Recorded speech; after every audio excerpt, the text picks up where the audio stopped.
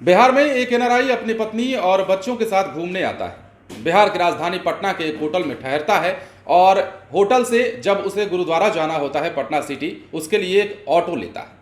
अब इस एनआरआई को क्या पता था कि जो बिहार की राजधानी पटना को घूमने आया है वो बिहार में आते ही लुट जाएगा।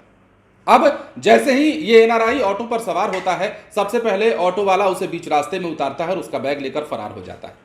अब यहां से असली कहानी शुरू होती है।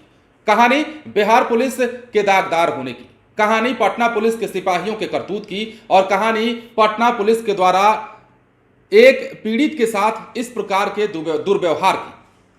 अब बिहार में जो लोग कहते हैं कि भाई पुलिस के पास जाने से डर लगता है, थाने में जाने से जो लोग हिचकिचाते हैं और कन्नी काट जाते हैं, वो लोग कितना गलत कहते हैं और कितना सही कहते हैं, इस वीडियो को देखने के बाद आपको अंदाजा लग जाएगा। जैसा कि हमने आपको बताया, राजधानी पटना में एक एनआरआई के साथ लूट हुई और ताज्जुब की बात यह रही कि ये एनआरआई दोनों तरफ से लूटा गया, पुलिस की तरफ से भी और लुटेरे की तरफ से भी, उस ऑटो वाले की तरफ से। अब पटना पुलिस के जो दो सिपाही हैं जिन्हें भूख बहुत ज्यादा लगती है, उन्होंने चिकन लॉलीपॉप भी उसी पीड़ित एनआरआई के पैसे से खाया और बटर नान भी उसी के पैसे से दबाया। अब यही चिकन लॉलीपॉप और बटर नान उन्हें महंगा पड़ गया है और उन्हें एसएसपी ने सस्पेंड कर दिया है। कहा यह भी जा रहा है कि इनकी नौकरी जाने वाली है। अब आप ही सोचिए कि इस प्रकार की खबरों से क्या बिहार पुलिस की छवि बढ़ेगी, बढ़िया होगी? न सिर्फ बिहार में बल्कि देश में और देश के बाहर भी, क्योंकि यह मामला एनआरआई का है, बिहार पुलिस की बदनामी होगी। अब हम पूरा मामला आपको विस्तार से बताते हैं। नमस्कार, आप लाइव सिटीज देख रहे हैं, मैं हूं जय शुक्ला। मामला एनआरआई से जुड़ा है और पटना में एक एनआरआई से इस प्रकार लूट होती है और लूट के बाद जब थाने में शिकायत दर्ज करने की बारी आती है तो किस प्रकार टालमटोल किया जाता है, वो खबर भी हम आपको बताएंगे, वो बात भी हम आपको बताएंगे। दरअसल कनाडा में कार शोरूम के संचालक एनआरआई रवि उर्फ रितेश बत्रा से मदद के बदले उनसे खर्चा पानी मांगने और खाना का बिल पे करवाने के मामले में पटना पुलिस मुश्किल में फंस गई है। पीड़ित के पैसे से चिकन लॉलीपॉप, सूप और बटर नान खाने वाले दो सिपाहियों को एसएसपी राजीव मिश्रा ने सस्पेंड कर दिया है। जिन सिपाहियों को निलंबित किया गया है उनमें कोतवाली के क्विक मोबाइल के सिपाही बबलू और विनय कुमार शामिल हैं। अब दोनों के खिलाफ विभागीय जांच शुरू कर दी गई है। अनुशंसा पर जांच के बाद दोनों को बर्खास्त किया जा सकता है। साथ ही एनआरआई से बैग लूट मामले में प्राथमिकी दर्ज करने में देरी को लेकर कोतवाली थाना अध्यक्ष से स्पष्टीकरण मांगा गया है। इन्होंने कहा था कि यह मामला इस इलाके का है ही नहीं। अब देखिए, पटना सिटी एसपी चंद्र प्रकाश ने बताया है कि पीड़ित एनआरआई रवि ने पुलिस पर पैसे मांगने और खाने का बिल दिलाने का आरोप लगाया है। यह बहुत ही गंभीर मामला है।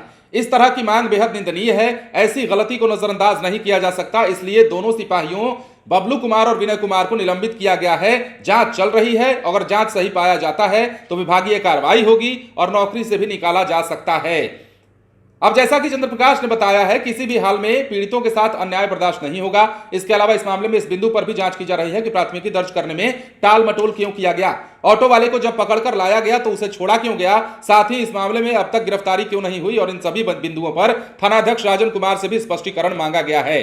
अब जैसा कि हमने आपको बताया, थाने में जब शिकायत लिखवाने गया ये पीड़ित तो कहा गया कि ये मामला कहीं और का है। पहले तो टालमटोल किया गया और उसके बाद ऑटो वाले को बुलाया गया, फोन नंबर लिया गया, फोन नंबर लेकर के ऑटो वाले को बुलाया गया, ऑटो वाले से पूछताछ की गई और फिर उसे छोड़ भी दिया गया। तो किस प्रकार की लापरवाही सामने आई है, किस प्रकार की बदसलूकी सामने आई है, ये आप देख सकते हैं। अब एक बार फिर से आपको हम मामला बताते हैं। एनआरआई रवि उर्फ रितेश बत्रा अपनी पत्नी और बच्चे के साथ पटना घूमने आए। फ्रेजर रोड के एक होटल में वहां कमरा बुक किया और गुरुद्वारा के लिए पटना जंक्शन से ऑटो लिया।